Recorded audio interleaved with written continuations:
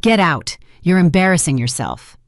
Alexander Carter grabbed his new bride's wrist the moment she stepped through the door, not to hold her, not to welcome her, to stop her from coming any closer. Claire Bennett was still on their wedding bed dress, half-loosened champagne in her hand, laughing at something Alexander had just whispered in her ear.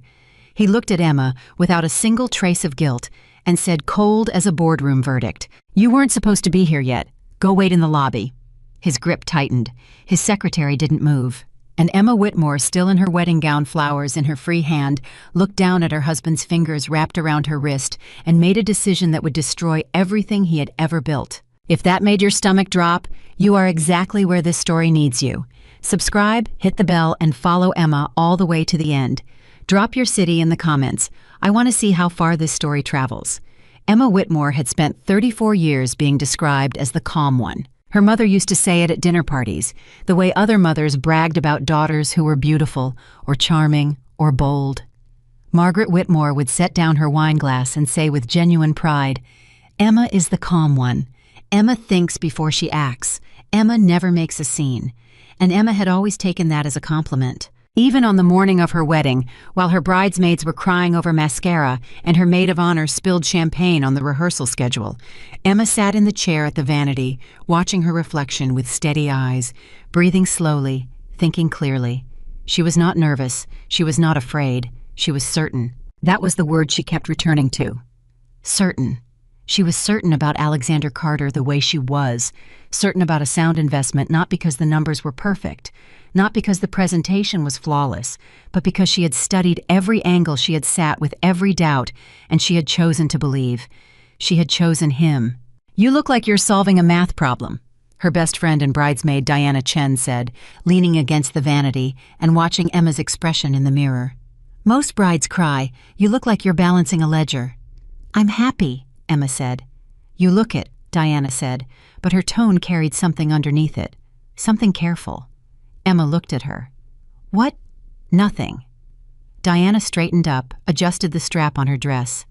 "You look beautiful, Em, really." But Emma caught it. That small pause, that thing Diana swallowed before she smiled. She filed it away the way she filed everything quietly, neatly, in a part of her mind she could return to later. She told herself there was nothing to return to. She was wrong. The ceremony was held at the Grand Meridian Hotel in Midtown Manhattan. 600 guests, 3 orchestras that played at different points in the evening, white peonies and gold candelabras that had been imported from France at a cost Emma had refused to think about. The kind of wedding that gets photographed for society pages, that gets referenced for years afterward as the benchmark for how these things are done. Alexander stood at the altar, and he looked at her the way she needed him to look at her. Steady, present, like a man who had made a decision and was not second-guessing it. He had dark eyes that always seemed slightly ahead of everything, like he was already 3 steps into the future, while everyone else was still catching up. He was tall, composed in his custom charcoal tuxedo, the kind of man who filled a room simply by existing in it. And when Emma walked down the aisle on her father's arm, she watched Alexander's expression, and she saw something shift in it, something that looked just for a moment like wonder. She told herself that was love. She was 34, and she had waited a long time to feel certain, and when she finally felt it, she held on with both hands. They said their vows. They signed the papers. They danced to a song Emma had chosen 6 months earlier because the lyrics said something about choosing someone quietly without fanfare, the way you choose to keep breathing, not dramatically, just steadily forever. Alexander had liked that song. He had kissed her temple and said, "Good choice." At the time, it felt like everything. The reception lasted 5 hours. Emma moved through it the way she moved through her professional life, graceful, attentive, saying the right things to the right people without ever losing track of the larger picture. She shook hands with Alexander's board members. She laughed at the right moments. She held his arm when cameras were nearby, and she meant it. She genuinely meant it every single time she looked at him. Claire Bennett was there, of course. She was always there. Claire had been Alexander's executive secretary for 6 years. She was 31, polished, efficient, the kind of woman who could manage a crisis with one hand and a calendar with the other. She wore a midnight blue gown to the wedding, tasteful, understated, exactly the right thing, and she sat at the table designated for senior staff. Emma had seated her there herself. She had not thought anything of it. She greeted Claire briefly during the cocktail hour. They had met perhaps a dozen times over the 2 years Emma and Alexander had been together. Claire was always professional, always pleasant, always just slightly too comfortable in Alexander's orbit, but Emma had chalked that up to 6 years of working closely together. She had told herself that proximity was not intimacy. She had told herself a lot of things. The reception ended at midnight. Alexander kissed Emma's cheek and said he needed to speak with 2 of his board members about something that couldn't wait until Monday. He told her to go up to the suite. He told her he would be 10 minutes. Emma nodded. She was the calm one. She could wait 10 minutes. She took the elevator to the 42nd floor. She walked down the carpeted hallway. She used the key card Alexander had given her that morning, slid it through the reader, heard the soft click of the lock releasing. She pushed open the door, and there they were. Later, Emma would think about the particular cruelty of what she saw, not the most dramatic version of betrayal, not the worst thing she could have walked in on, but something almost more devastating in its casualness. Alexander was standing near the window, his jacket removed, his bow tie hanging loose around his neck. Claire was sitting on the edge of the bed, not the armchair, not the sofa, the bed, their wedding bed dressed in white linen and scattered with the petals the hotel staff had arranged that afternoon. They were talking quietly, intimately, the way 2 people talk when they are completely comfortable with each other, when there are no walls between them, when the rest of the world does not exist. Alexander's hand was near Claire's shoulder. Claire was leaning slightly toward him. And when the door opened, neither of them startled, the way 2 people would startle if they had been caught doing something wrong. Alexander looked up. Claire looked up. And the expressions on their faces were not guilt. They were inconvenience. Emma stood in the doorway. She was still holding her wedding bouquet, white peonies and trailing ivy, because she had carried it up from the reception without thinking, because it was her wedding day, and the bouquet was part of it, and now she stood there with white flowers in her hands and her wedding dress around her feet, and she looked at her husband of 4 hours standing next to his secretary in their honeymoon suite.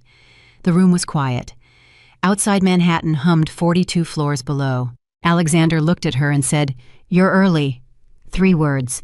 Not "I can explain." Not "this isn't what it looks like." Not even "Emma, wait." Just "you're early." Like she was an appointment that had arrived ahead of schedule. Like her presence was an administrative inconvenience. Emma felt something happen inside her chest. Not breaking, that wasn't the right word. It was more like something that had been built very carefully, brick by brick, over 2 years, suddenly losing its foundation. Not collapsing dramatically, just settling, going still, going silent. She stepped into the room. She closed the door behind her. She walked to the small table near the entrance and set her bouquet down carefully, the way you set something down when you are deciding whether or not to pick it back up. Then she turned around. "Early," she said.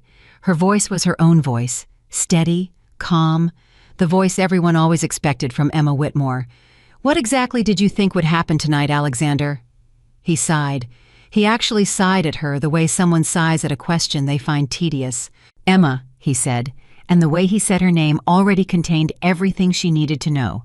Flat, patient, like he was speaking to someone who needed things explained slowly. "Don't make this emotional. Don't make this—" She stopped herself. She breathed. "There's another woman in our honeymoon suite on our wedding night. What would the appropriate emotional response be?" "We need to be practical," he said. And then he began to explain. I explained it the way he explained board presentations, calmly, logically, without inflection.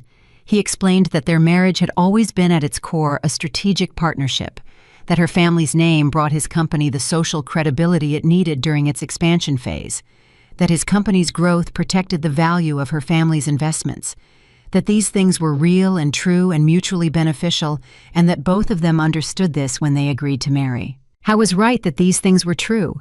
He was catastrophically wrong about what they meant. "I'm not saying our relationship doesn't matter," he continued, his voice, measured his eyes staying on hers with the steady confidence of a man who has never really been told no. "But Claire and I have a connection that predates you. That's a separate thing. It doesn't have to affect us." "It doesn't have to affect us," Emma repeated. "Exactly." She looked at Claire. Claire, to her credit, did not look triumphant. She looked something closer to uncomfortable, but not uncomfortable enough to have prevented this. Not uncomfortable enough to have said, "Alexander, not tonight. Not in the honeymoon suite. Not like this." "Emma," Claire said. and her voice was careful, measured the voice of a woman who had spent years navigating powerful men. "I know this is a shock, but Alexander and I, what we have, it's been real for a long time.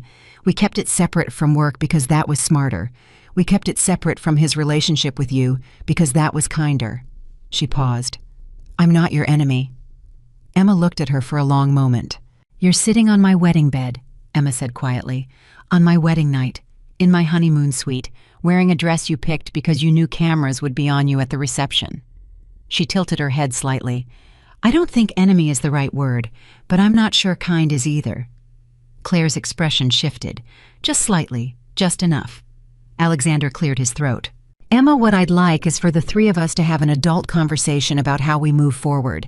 There's no reason this has to become—" "How long?" Emma interrupted. He stopped. "How long did you plan to keep pretending?" she said. "With me. How long was the plan?" The silence that followed was different from the silences that came before it. It had weight. It had texture. It was the silence of a man who had spent years constructing a version of reality that was now developing visible cracks. "I care about you," Alexander said. "That's not what I asked." "Emma, how long, Alexander?" He looked at her, and for just a moment, one unguarded, honest moment, she saw something in his face that was almost like respect, almost like the recognition that the woman standing across from him was not who he thought he had married. "The arrangement was in place before we started dating," he said. Emma nodded slowly. She turned and looked out the window at the lights of Manhattan. 42 floors below the city continued its business. Taxis and pedestrians and the endless, indifferent machinery of New York, moving forward the way it always moved without waiting for anyone to catch up, without caring about the rooms above it where people were quietly falling apart. She had loved this city her whole life for exactly that reason. It did not accommodate weakness. Neither did she. She turned back around. "I see," she said. "I knew you'd be reasonable," Alexander said, and the relief in his voice was so genuine it was almost insulting. "You're always I'd like you both to leave," Emma said. He blinked. "What? This is my suite," she said. "I booked it. My family's account covers it. I'd like you both to leave so I can have some time to think." Alexander stared at her. Claire stared at her. Neither of them moved. "Emma," Alexander started, "let's not be—" "Alexander." Her voice did not rise. It did not harden. It simply became very, very clear. "I am asking you on our wedding night to leave the room. I am asking you once. I will not ask you twice." Something happened in his expression, some small recalibration. He had been so certain she would bend, so certain that he knew who Emma Whitmore was, that he had mapped her reactions before she had them, that her steadiness was the same as softness. That calm meant compliant. I was beginning to understand that he had made a serious error, but he was also Alexander Carter, which meant that even in the face of evidence, his instinct was to manage rather than to listen. "We'll talk tomorrow," he said, "when you've had time to process." "Of course," she said. He picked up his jacket.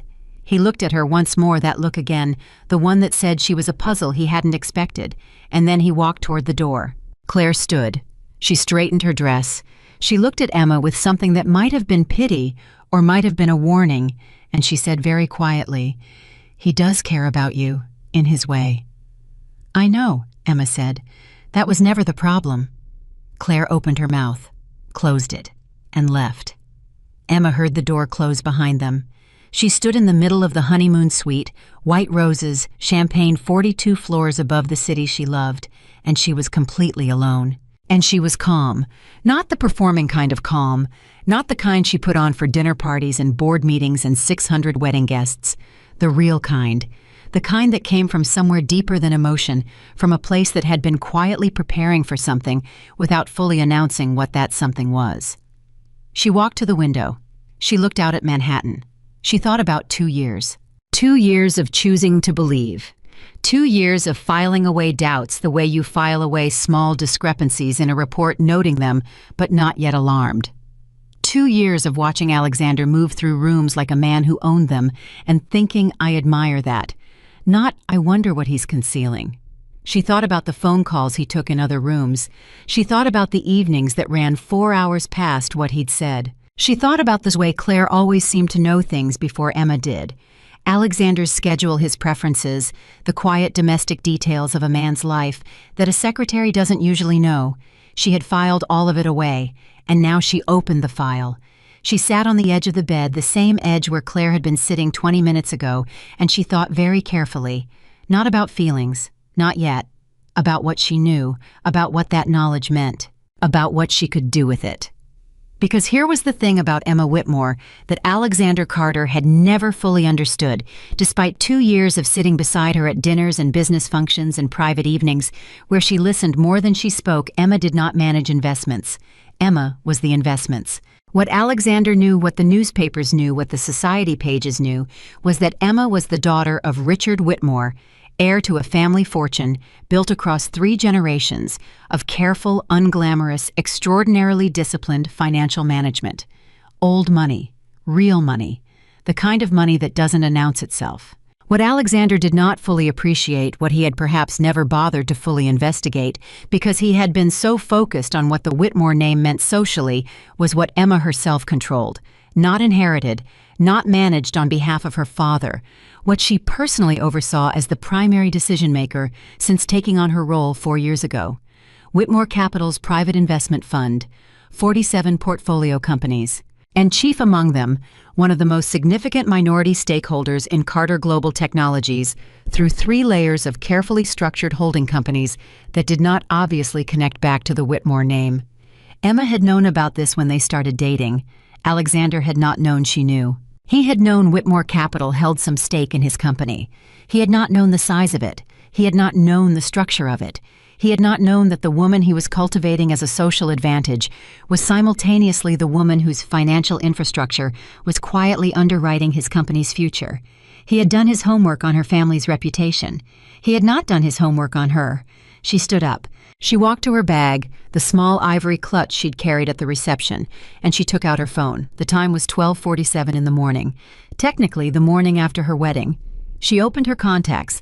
She found the names she was looking for. She pressed call. It rang twice. M. Her brother Michael's voice, rough with sleep, but sharpening immediately because Michael Whitmore had been woken by his sister's calls before, and he had learned that when Emma called at 12:47 in the morning, you sharpened immediately. What happened? I need you to do something, she said. Tell me. The Carter Global Investment Review, the one we're scheduled to finalize next month. What about it? Emma looked out the window at Manhattan. Pause it, she said. Silence on the other end. Emma, Michael said carefully, that's a significant... I know what it is. If we pause now, it sends a signal to the market. Other stakeholders will notice. It could trigger... Michael. He stopped. She said, pause it. Another silence. Then, are you okay? I'm fine, she said. I'm very calm. That's what worries me, he said. But he said it with something in his voice that was not worry. It was something closer to belief, the kind of belief that an older sibling reserves for the moments when they see their younger sibling do something that makes them think there she is. There's the person I always knew was in there. I'll make the calls in the morning, he said. First thing. Thank you, she said. She hung up.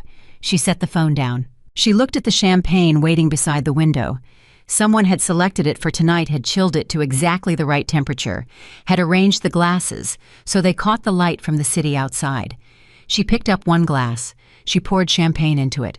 She sat down by the window alone on her wedding night in her wedding dress, and she drank it slowly. She did not cry. She did not rage. She thought.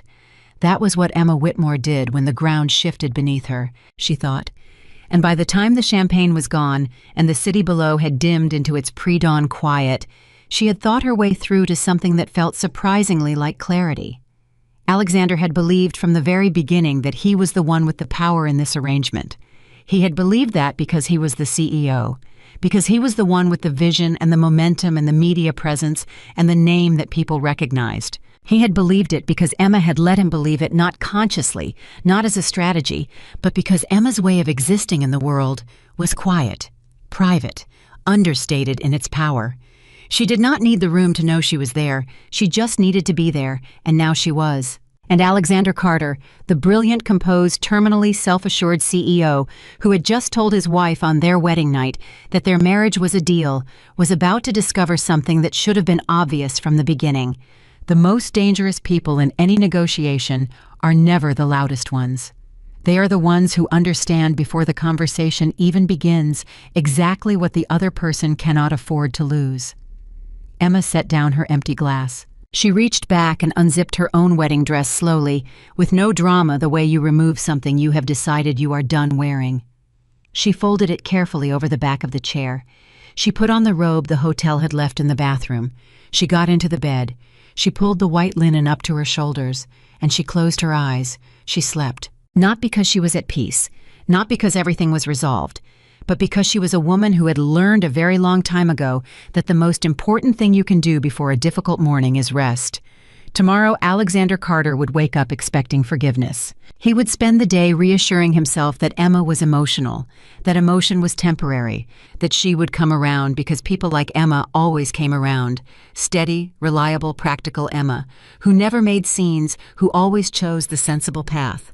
He would spend the day being wrong, because Emma Whitmore was not forgiving him. She was preparing. And there is a particular kind of person rarer than people think, more powerful than people expect, who is at their most dangerous. Not when they are angry, not when they are screaming, not when they are making scenes and demanding attention, but when they are completely quiet, when they have decided, when they are ready. Emma Whitmore had been quiet her whole life. She was ready now. Emma slept 4 hours, not because she was at peace, not because the night had resolved itself into something manageable, but because she was the kind of woman who had trained herself over many years of navigating high-stakes rooms to treat rest as a resource.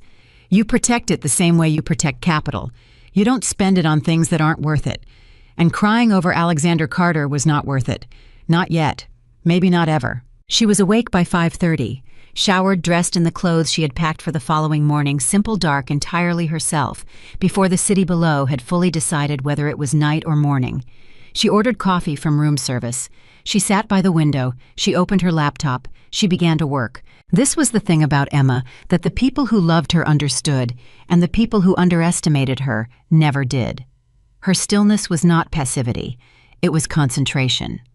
When Emma went quiet, she was not retreating. She was loading. By 7 in the morning, she had drafted 3 emails she did not send yet. She had reviewed the current structure of Whitmore Capital's position in Carter Global. She had pulled up the names of every board member she personally knew, which was most of them, because Emma had been attending financial and social functions in this city since she was 19 years old, and she had never once wasted a conversation. By 7:15, her phone rang. Michael. "I made the calls," he said without preamble. He knew her well enough not to open with "How are you?" Effective immediately, the Carter Global Investment Review is on hold. I used the standard language additional due diligence required before proceeding. Nothing inflammatory. "Good," she said. "Emma." His voice shifted. "What happened last night?" She told him. She told him cleanly and without embellishment, the way she told him things that mattered not to get a reaction, but to transfer information accurately. She told him about walking into the suite, about Claire on the bed, about Alexander's hand on her wrist, about the words he used. Michael was quiet for a very long time. Then he said, "I'm going to get on a plane." "No," she said. "Emma." "Michael, I don't need you to come. I need you to stay exactly where you are and let the pause do what it's going to do.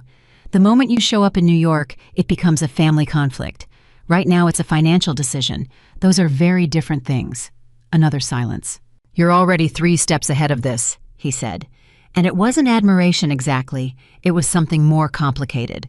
Something like the feeling of watching someone you love walk into a fire with complete calm and realizing with equal parts terror and pride that they actually know what they're doing. "I've had time to think," she said. 4 hours of sleep is not time to think." It was enough. She heard him exhale.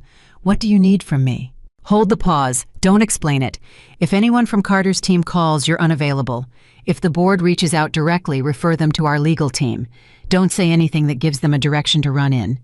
And you, I'm going to finish my coffee," she said, "and then I'm going to go home." She hung up.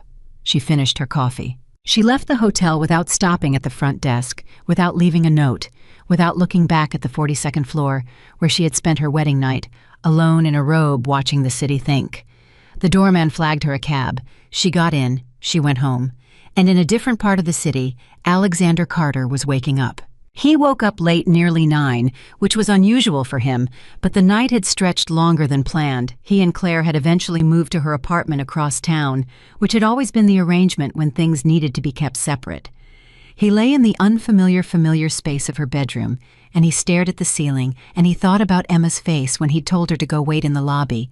He thought about the way she had looked at him, not devastated, not furious, just measuring. It made him uncomfortable in a way he couldn't entirely name. He reached for his phone. He had 2 missed calls from Emma's number, both from the previous evening, both before midnight, neither with a voicemail. And then nothing. No texts, no emails, no communication of any kind from his wife of now approximately 16 hours. That bothered him more than screaming would have. He called her. It rang 4 times, went to voicemail. I texted we should talk today. My schedule is clear after 2. He set the phone down and waited for the 3 dots that meant she was typing. They didn't come. He told himself she was still processing. He told himself that Emma's silence was grief, that grief needed space, that she would come around because she was a rational person.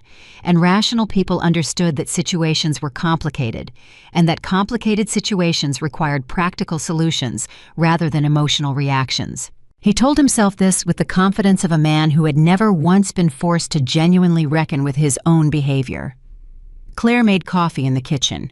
She brought him a cup and sat on the edge of the bed with her own and said, "Has she called?" "No," he said. "She will." "I know." "She's not the type to blow things up," Claire said. "She's too controlled, too—" She paused, searching for the word. "Managed." Alexander nodded slowly. "She'll want to find a solution that works for everyone." Claire sipped her coffee. Exactly. Neither of them said what they were both thinking, which was, "We're not sure anymore." Neither of them said it, because saying it would mean admitting that the woman they had both in their different ways decided to underestimate might be something other than what they assumed.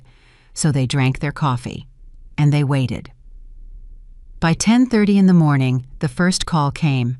It was not from Emma. It was from Stephen Hale, Carter Global's chief financial officer, a careful man with a decade of careful habits who had spent years navigating the gap between what Alexander wanted and what the company could actually afford.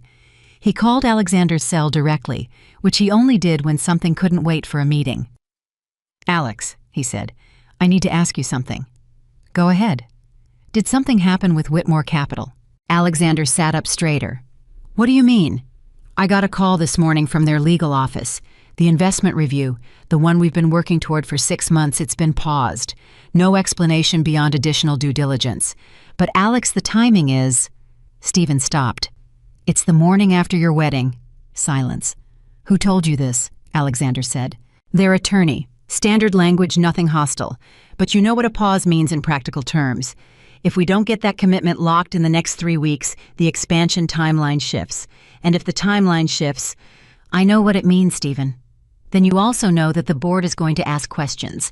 Some of them are already asking questions. Reynolds called me 20 minutes ago.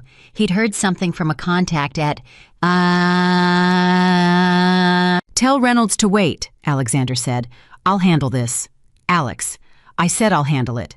He hung up. He looked at Claire. She was watching him with an expression he had not seen on her face before, something cautious, something that was recalculating. "The investment review," he said. Emma paused it. Claire set down her coffee. "She can do that," she said. And that was when something shifted in the room. That one question, that tiny crack in Claire's certainty. Because Claire had spent 6 years managing Alexander's world, and in all that time she had managed Emma Whitmore the way she managed most things that seemed peripheral efficiently and without deep investigation. Emma was the bride. Emma was the name. Emma was the family fortune that opened doors. She was not supposed to be the hand on the door. "How much control does she actually have?" Claire asked. Alexander didn't answer right away. He was already doing the math in his head, going back through everything he knew, everything he thought he knew, pulling at threads and finding to his growing unease that some of them led to places he had not bothered to look. "More than I understood," he said quietly. He called Emma again. This time she picked up on the second ring. "Emma," he said. And this time his voice was different. Still controlled, still the CEO's voice, but underneath it something tighter. "We need to talk." "We are talking," she said. "In person. Today. I'm busy today. Emma, he breathed. I understand last night was I understand that. But what you're doing with the investment review— I'm not doing anything with the investment review, she said, and her voice was perfectly even. Whitmore Capital is conducting standard due diligence. That's a normal process. Pausing it the morning after our wedding is not standard. Pausing it when questions arise about leadership integrity is exactly standard, she said.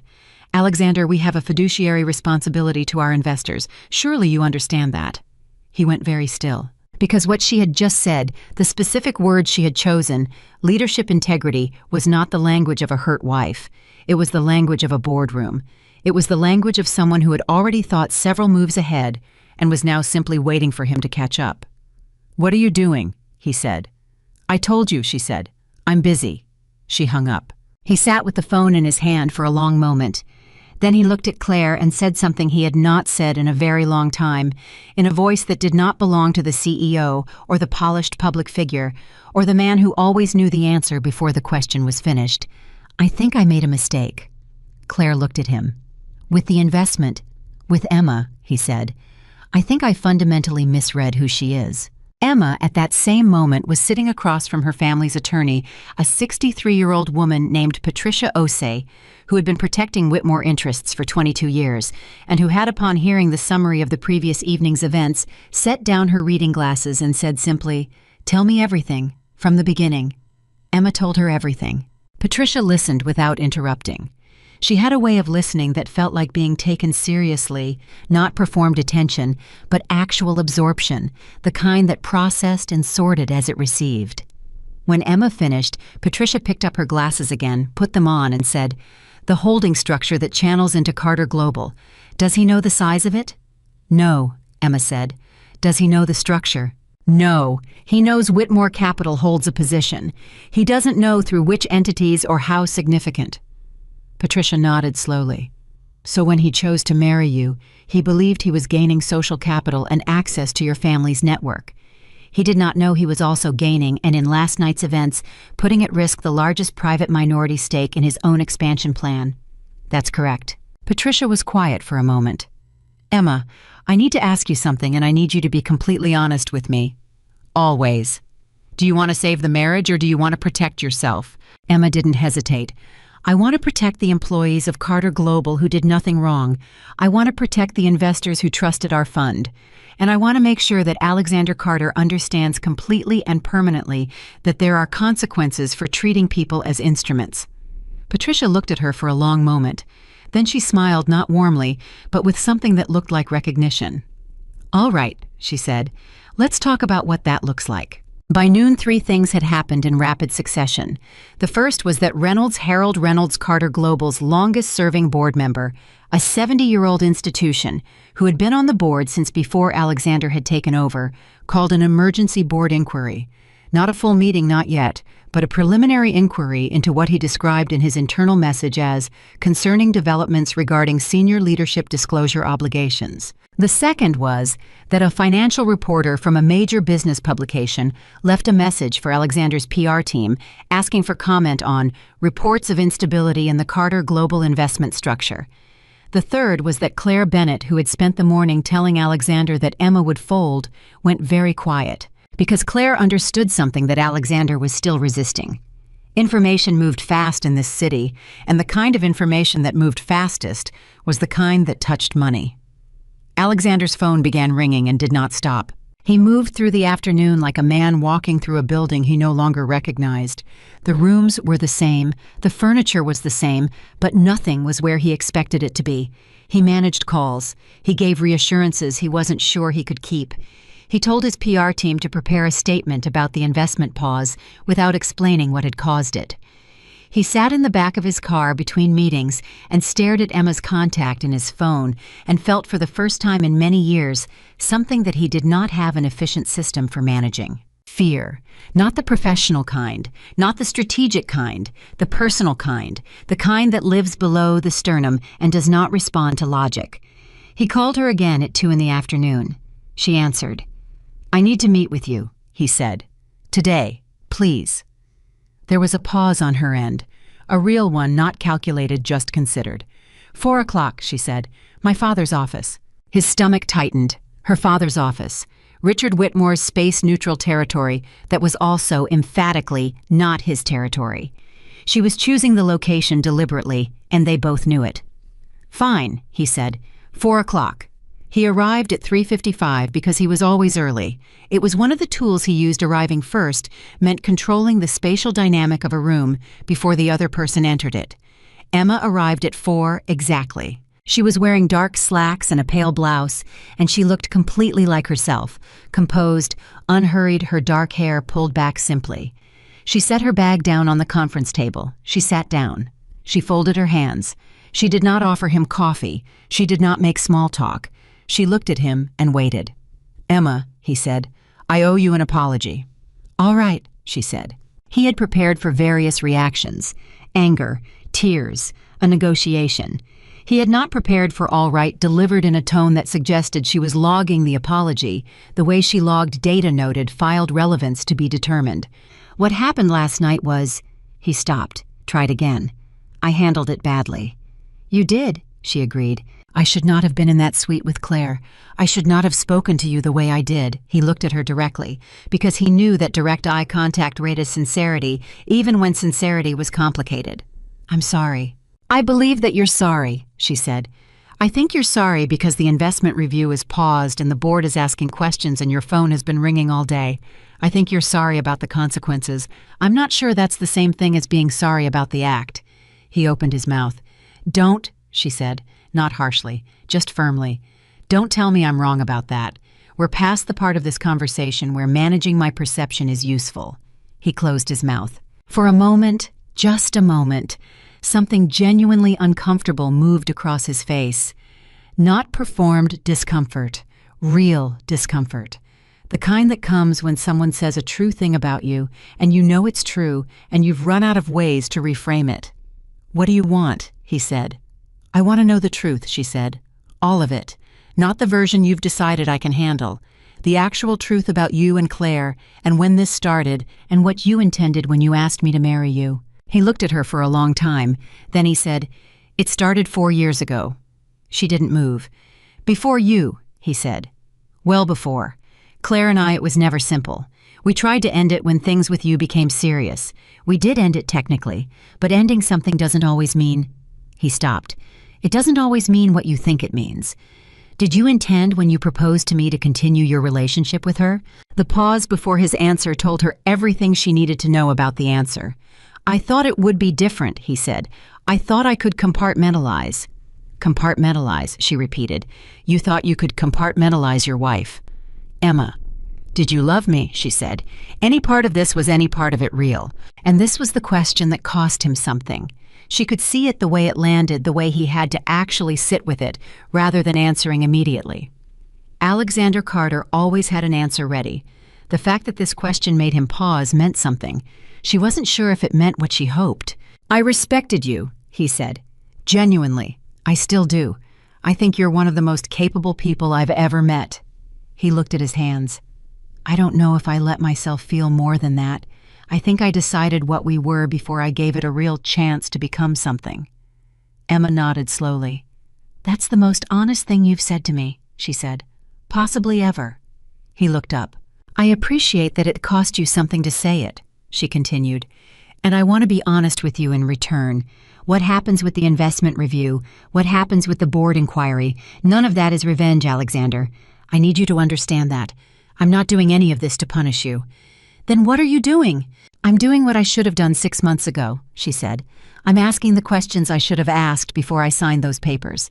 I'm doing the due diligence I convinced myself wasn't necessary because I wanted to believe in something. She met his eyes. I believed in you. You made it easy to believe in you, and then you made it impossible to keep believing, and now I have a responsibility to the people whose money is in your company to make sure that the man running it is who he says he is. The silence between them had a different quality now, not hostile, not soft, something more complex than either the silence of two people who are finally being real with each other and finding that the reality is both better and worse than the performance had been. The board is going to push for my removal, he said. It was not a question. That depends on what they find, she said. And what will they find? Emma looked at him steadily. That depends on what there is to find. I understood what she was not saying. He was not stupid. It was important to remember that about Alexander Carter even now. He was not a good husband. He was not an honest partner, but he was not stupid. And what Emma was not saying was, if you have hidden other things, things that go beyond the personal things that affect the company's integrity, I will find them, and I will not protect you from them. There are things the board doesn't know, he said slowly. Emma waited. Claire's role in certain decisions, her access to information that she shouldn't have had in her position. I allowed the professional and the personal to overlap in ways that weren't appropriate. He exhaled. I didn't think it mattered. I thought I could manage both. You thought you could manage everything, she said. That's been the problem from the beginning. He nodded.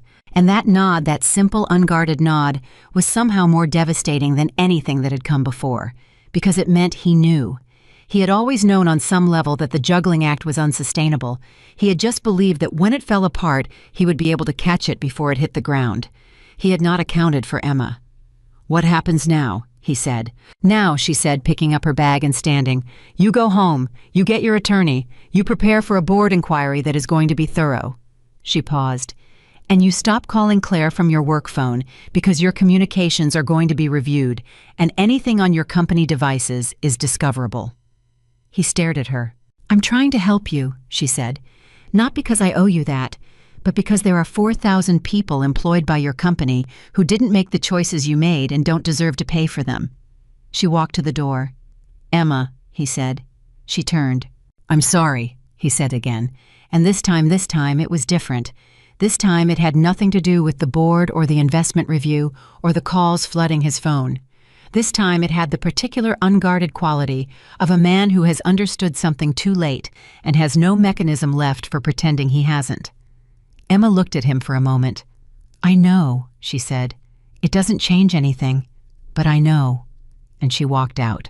She walked down the corridor and into the elevator, and she pressed the lobby button, and she stood with her back straight and her hands quiet at her sides, and she did not let herself feel it, not yet, not hear the particular grief of a particular kind of loss, not the loss of Alexander Carter, the man, but the loss of the thing she had built in her mind around him, the carefully constructed belief, the thing she had chosen brick by brick and had been so certain about.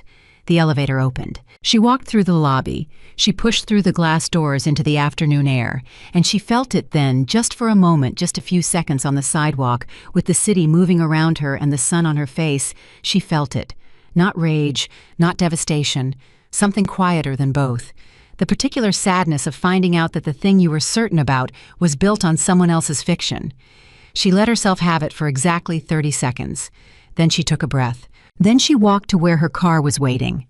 And while Alexander sat in her father's empty conference room trying to understand how completely the morning had turned, and while Claire sat in her apartment watching her phone and wondering why Alexander hadn't called, and while the board of Carter Global prepared questions that did not yet have answers, Emma opened her laptop in the back seat and returned 3 emails and made 2 calls and did not waste another moment.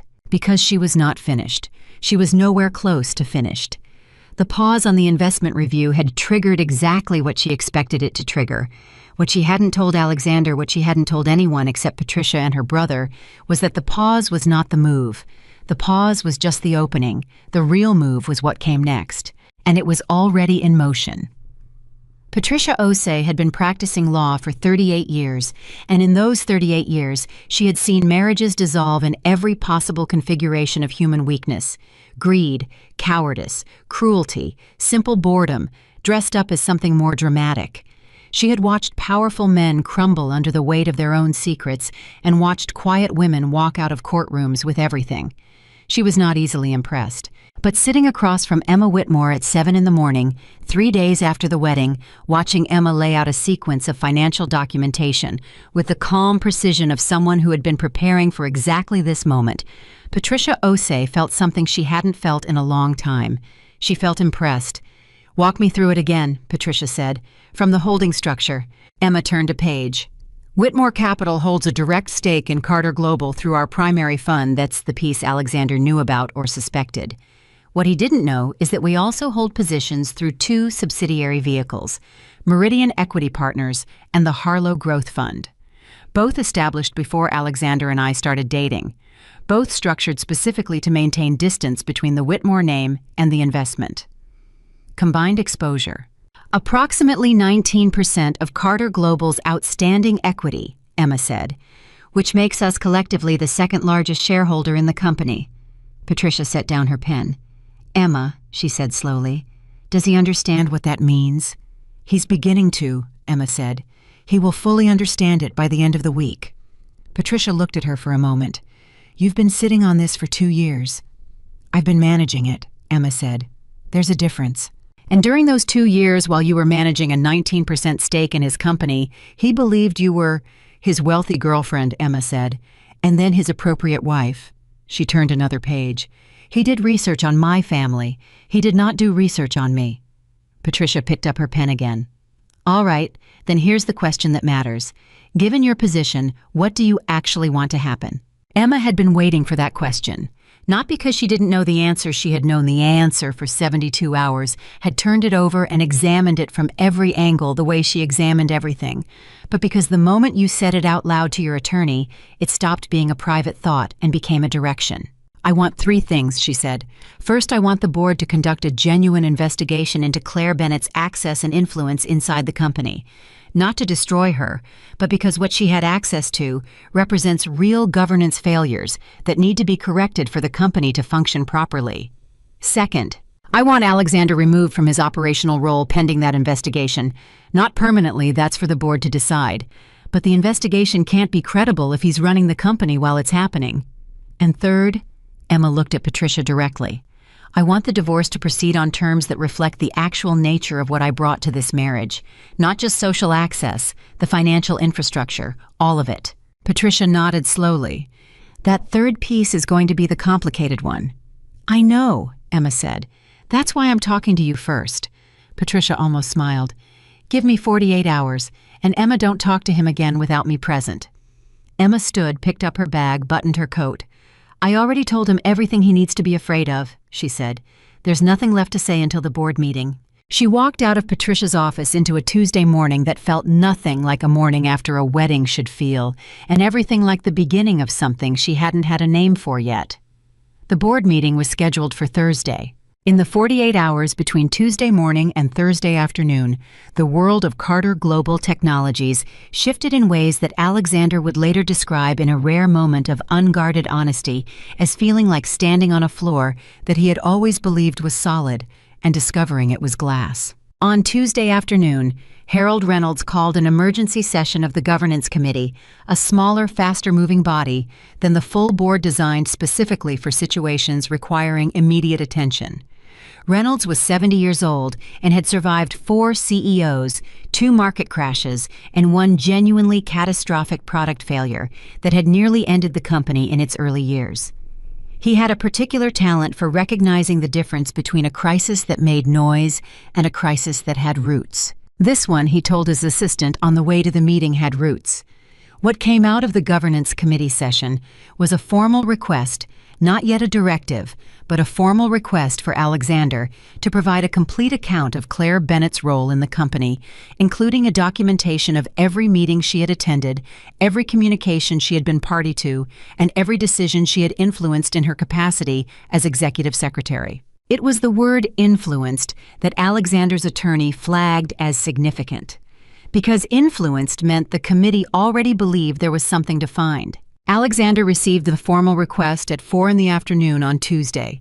He read it twice.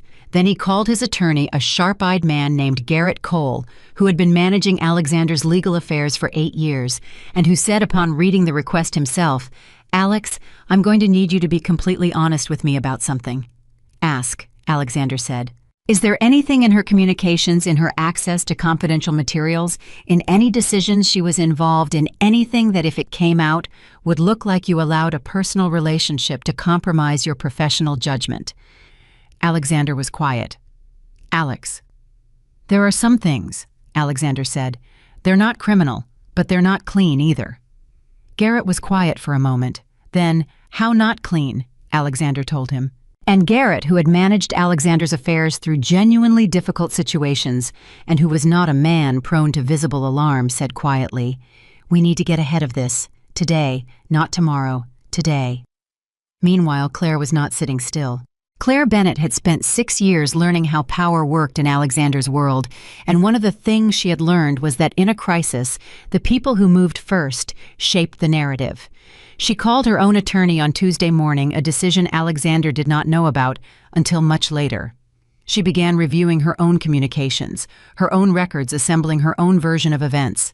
She was not naive about what an investigation would find. She was also not naive about what an investigation might miss if the right information was presented in the right order. She called Alexander at 6 on Tuesday evening. "They're going to go through everything," she said without preamble. "You know that." "I know," he said. "Alexander." Her voice was careful, precise. The voice she used when she was managing something difficult, the voice that had served him so well in every professional crisis for 6 years, and that he now heard differently. "I need to know something. When you talked to Emma yesterday, what did you tell her?" He paused. "I told her the truth," he said. Silence on Claire's end. "How much of it?" she said. "Enough." "Alexander." And now her voice had an edge he hadn't heard before. Not anger exactly, something sharper. "Did you tell her about the Harlow account?" He went still. "What about it?" he said. "The expense approvals, the ones I signed off on. Did you tell her those existed?" "I told her there were overlaps between the professional and personal. I didn't go into specifics." Another silence, longer this time. "She's going to find them anyway," Claire said. "She's not doing this emotionally, Alexander. She's doing this like an investor, like someone who's been reading a company's books and found a discrepancy and is now pulling at every thread methodically." He knew she was right. That was the thing about Claire. She was perceptive when it mattered. She had always been the person who could read a room before he could, who could tell him which board member was shifting before the shift became visible, who had made herself genuinely indispensable in ways that had nothing to do with sentiment. He had built his professional world around her capability, the same way he had built his social world around Emma's name, and the recognition of that, of how deliberately, how efficiently he had used both women for different purposes, landed in him now like something cold. "What do you want to do?" he said. "I want to control what comes out," she said. "I want to present our version before her version becomes the only version." "And what is our version?" A pause. "That we made personal choices that blurred professional lines in ways that we're now committed to correcting," she said. "That the relationship existed, but never fundamentally compromised any decision that harmed the company. That the expense approvals were within her authority as executive secretary and were approved in good faith." "Were they?" he said. The pause before her answer was almost exactly as long as the pause before his answer to Emma's question about the marriage. "They were within the technical limits of my authority," she said. He understood what she was not saying. "Claire," he said, "I think we need to talk separately, with our attorneys." Another silence, longer. And in that silence something shifted between them, something that had been weight-bearing, that had held their particular arrangement together for 4 years, quietly giving way. "Yes," she said finally. "I think we do." She hung up. Alexander sat alone and thought about the particular mechanics of how a structure collapses, how it's never the visible crack that destroys it, but the accumulated stress in the places you weren't watching. He had not been watching Emma. He had been so certain he knew what she was that he had never looked closely enough to see who she was. Thursday arrived with the particular weight of a day everyone in a building has been dreading. The Carter Global Board meeting was set for 2 in the afternoon. By 10 in the morning, the lobby of the company's Midtown headquarters had a different quality to it, the kind of tense, overmanaged quiet that precedes something significant. Emma arrived at 1:45 with Patricia beside her, and Michael, who had flown in from Boston despite her telling him not to, walking half a step behind them. She wore charcoal gray. She carried a single leather portfolio. She looked like exactly what she was, a woman who had come to conduct business. The boardroom held 14 people. Alexander was already there, seated, his attorney Garrett beside him. Reynolds and 6 other board members sat along one side of the table. Claire was not present. She had been formally asked not to attend pending the investigation. The head of the company's external audit firm sat at the far end. Alexander looked at Emma when she walked in. She looked back at him. In that exchange, 3 seconds, maybe 4, there was an entire conversation that neither of them spoke aloud. He looked like a man who had spent the previous 72 hours understanding something he wished he had understood earlier. She looked like a woman who had spent the same time being completely certain. She sat down. Patricia opened the portfolio. Reynolds said, "Thank you all for being here. Given the nature of what we're discussing today, I'd like to establish at the outset that this is a governance inquiry, not a personal proceeding. We're here to understand facts, not to assign blame in advance of a complete picture." "Understood," Emma said. Alexander nodded. Reynolds looked at Emma. "Ms. Whitmore, or I suppose at this point the question of how to address you is itself somewhat—" "Emma is fine," she said. "Emma, Whitmore Capital's decision to pause the investment review has had significant market implications. I'd like to understand from your perspective what prompted that decision." Emma opened the portfolio. She did not look at Alexander. "3 things," she said. "First, the morning after our wedding, I became aware of information suggesting that Carter Global's CEO had maintained an ongoing personal relationship with a direct report over a period of years, during which time that direct report was given access to confidential materials and participated in decisions that fell outside the normal scope of her role." Silence. "Second," Emma continued, "upon reviewing our position in the company in light of this information, our team identified a pattern of expense approvals connected to Ms. Bennett's account that warrant closer examination. These approvals were within the technical limits of her authorization, but appear in aggregate to reflect a pattern inconsistent with standard executive secretary responsibilities." Reynolds leaned forward. "You're saying the expenses suggest a broader role than her title indicated." "I'm saying they suggest the professional boundaries were not maintained," Emma said, "which is a governance issue regardless of the personal context." "And the third reason?" Reynolds asked. Emma looked up. She looked at Alexander. She said, "The third reason is that a company whose CEO is willing to conceal a significant conflict of interest from his own board is a company whose investment profile needs to be reassessed. Not because the company is fundamentally unsound, but because the person at the top has demonstrated a willingness to prioritize personal arrangements over professional transparency. And that is a leadership integrity question that our fund cannot ignore." The room was very quiet. Alexander's jaw was tight. He was holding himself with the controlled stillness of a man who is being very careful not to say anything he can't take back. Garrett leaned toward him and said something quietly. Alexander nodded. Then he said to the room, "I'd like to make a statement." Reynolds nodded. Alexander straightened. He looked around the table at the board members who had known him for years, who had watched him build this company, who had believed in his vision through the difficult stretches and celebrated with him through the good ones. He looked at each of them, and something in his face changed. The CEO composure didn't disappear entirely. It was too deeply built for that, but something underneath it shifted. "I made choices," he said.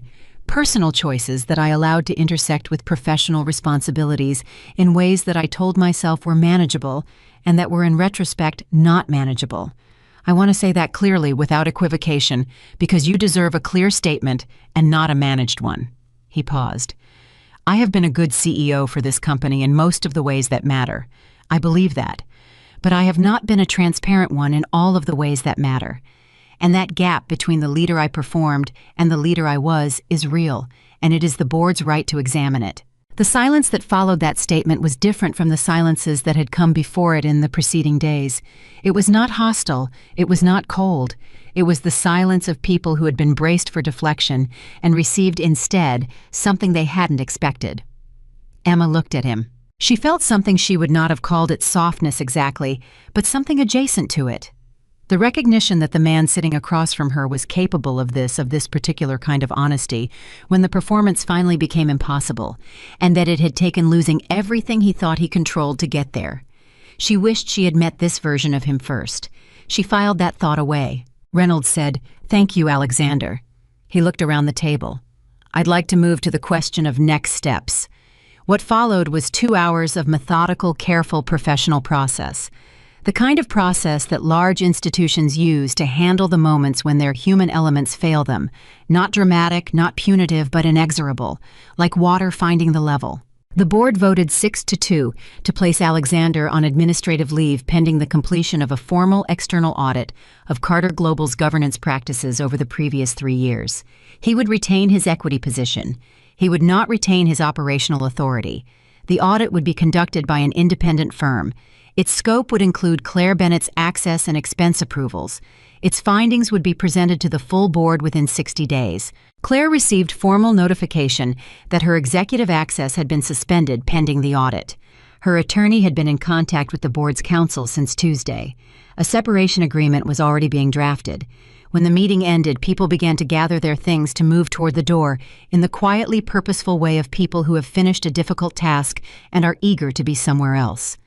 Alexander did not move immediately. He sat at the table while the room emptied around him, and he looked at the surface in front of him, and he was very still. Emma was almost at the door when she heard him say her name. She turned. The room was nearly empty. Patricia was in the hallway. Michael was near the elevator. It was just Emma and Alexander, and the particular quality of silence that follows a verdict. "Can I ask you something?" he said. She came back to the table. She stood on the opposite side from him. "Yes," she said. "When did you decide?" he said. "Was it that night in the suite, or had you already—" "I decided that night," she said, "when you grabbed my wrist." He flinched. She saw it, a real flinch, not performed. "I'm not proud of that," he said. "I know," she said. "Emma," he looked up at her, was there ever a point where you thought what we had was real, before all of this?" She considered the question carefully, the way she considered everything. "Yes," she said. "For a long time. I thought it was real, and I chose to believe it was real, and I was very careful about that choosing. Because that's what I do. I'm careful." She held his gaze. "But careful doesn't mean blind. It just means I gave you every possible benefit of the doubt before I stopped." "I didn't deserve that," he said. "The benefit of the doubt." "No," she said. "You didn't." He nodded, looked back down at the table. She picked up her portfolio. "The company is going to be all right," she said. "The fundamentals are good. The audit will be difficult, but it will also be clarifying. Whatever comes out of it, you'll have built something real, Alexander, underneath all the rest of it. That doesn't disappear." He looked at her. "Why are you telling me that?" "Because it's true," she said. "And because I'm not doing this to destroy you. I want you to know the difference." She walked to the door. "Emma." She paused. "I'm sorry," he said. "Not because of the board, not because of the audit, because of you. Because you deserved better than what I gave you, and I knew that somewhere, and I chose not to let it change my behavior. I'm sorry for that specifically." Emma stood in the doorway for a moment. She thought about the woman who had walked into that hotel suite 4 days ago in a wedding gown holding white flowers, believing in something that turned out not to exist in the form she had imagined. She thought about 34 years of being the calm one.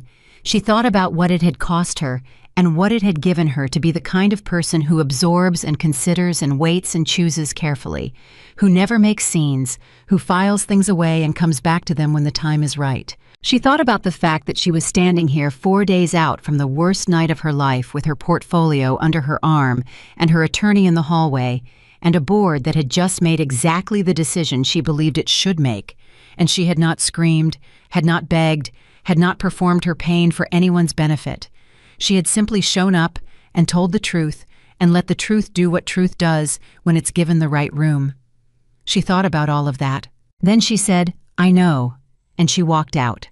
She walked down the corridor and past the elevator where Michael was waiting, past the lobby, where Carter Global employees who had no idea what had just happened in that room were going about there Tuesday afternoon, and through the glass doors and out into the city. Michael fell into step beside her. He didn't say anything for half a block. Then he said, "Are you okay?" "I'm working on it," she said. "That's not the same as yes." "No," she agreed. "It's not." They walked another half block. "What happens now?" he said. Emma thought about the 47 portfolio companies she managed. She thought about the 19% stake in a company that was about to go through 60 days of scrutiny that would either clarify its value or reveal something she hadn't found yet. She thought about the divorce proceedings that Patricia would begin drafting tomorrow morning. She thought about the particular quality of freedom that is indistinguishable from grief in the first days before you've had enough time to tell them apart. She thought about the word that had felt so certain 3 weeks ago when she stood in front of a mirror in a wedding dress and watched her own reflection. Certain. She thought, I am still certain, just about different things now. Now, she said to Michael, I go back to work. He looked at her sideways. You've been working this entire time. I've been managing a crisis, she said. That's different from work. Work is what comes after. He was quiet. Then, you know what the worst part of all this is from where I'm standing? Tell me. He didn't know what he had, Michael said simply. That's the whole story. That's the only story. He had the most capable person in any room he ever walked into, and he looked right at her and saw a social advantage. He shook his head. That's not just bad judgment. That's a particular kind of blindness that I don't think you can fix. Emma thought about that. She thought about what it meant to be seen clearly versus being seen usefully. She thought about the years she had spent being valued for her steadiness, her calm, her capacity to manage, and how rarely that valuation had extended to genuine curiosity about who she was underneath those qualities, what she wanted, what she feared, what it cost her to always be the calm one. She thought about the fact that in 4 days of genuine crisis, she had not once stopped to ask herself if she was okay. She had managed, she had planned, she had executed, and she was good at it. She was genuinely, exceptionally good at it. But sometime soon, not today, maybe not this week, she was going to need to find a room by herself and let the whole weight of the last 4 days land on her without moving to absorb or redirect it. She was going to need to grieve the fairy tale. Not Alexander specifically, not the man, but the idea of him, the version of the future she had built so carefully around that choice. But not yet, because the real move, the one she had told Patricia, was already in motion. The one that went beyond the board meeting and the audit and the administrative leave. That move was about something larger than Alexander's tenure as CEO or Claire's separation agreement or even the divorce settlement.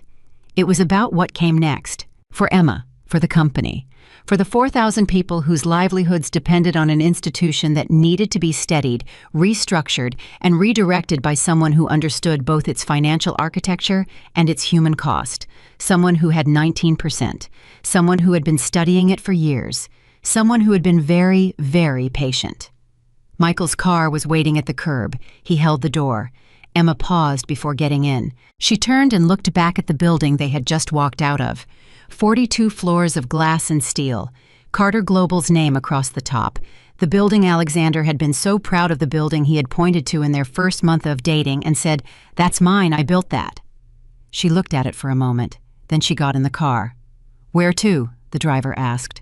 Emma opened her portfolio. She pulled out a document she had been carrying since Tuesday, a draft 6 pages that she and Patricia had been refining in every available hour. She looked at the first line. Whitmore Capital Strategic Review, Carter Global Technologies. Proposed governance restructuring and path to long-term stability. "The office," she said. The car pulled away from the curb, and Emma Whitmore, 4 days married and already certain about what came next, began to read. The 60-day audit began on a Monday. Emma knew the exact moment it started because Patricia sent her a single text at 8:53 in the morning. They're in. She read it at her desk, set the phone face down, and returned to the document she had been reviewing since 7. She did not allow herself to pause. She did not allow herself to imagine what it looked like inside Carter Global's offices. At that exact moment, the auditors moving through corridors with their laptops and their questions, the employees watching from their desks with the particular unease of people who have been told that something is being examined without being told what exactly is wrong. She had been that employee once, years ago, early in her career, before she understood that the people conducting the examination were not the threat.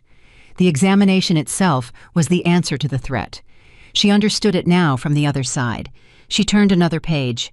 The document in front of her was not the governance restructuring proposal that one was finished, polished already in Patricia's hands.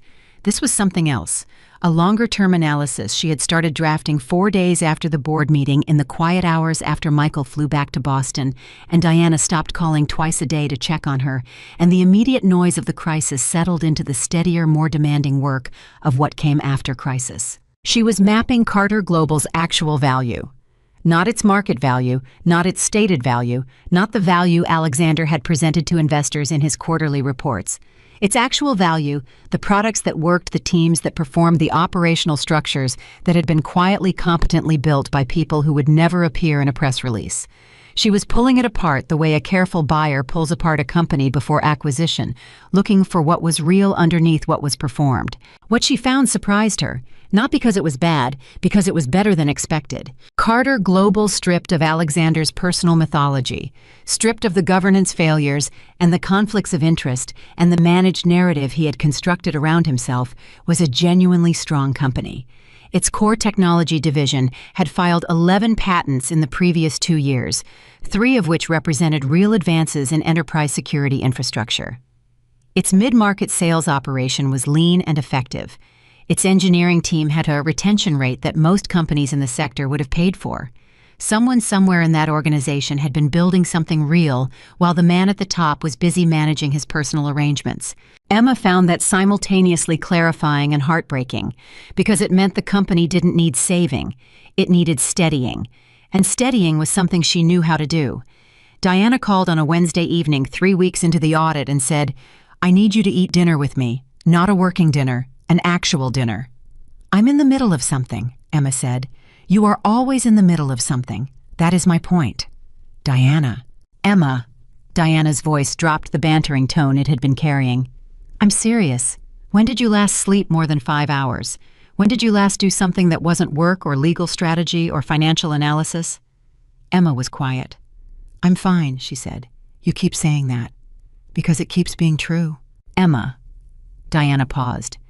"It's okay to not be fine. You know that, right? You went through something genuinely terrible.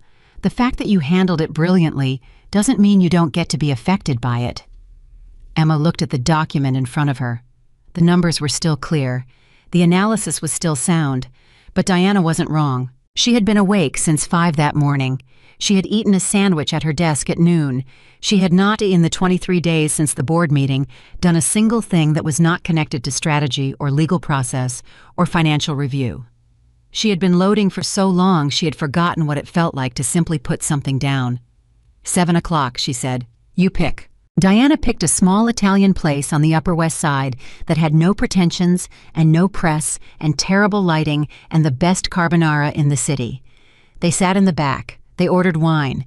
Diana talked about her own life, her job, her apartment renovation, a man she had met at a friend's birthday dinner who she was cautiously interested in, and Emma listened and laughed at the right moments and ate her pasta and felt something she hadn't felt in weeks. Normal, just for 2 hours.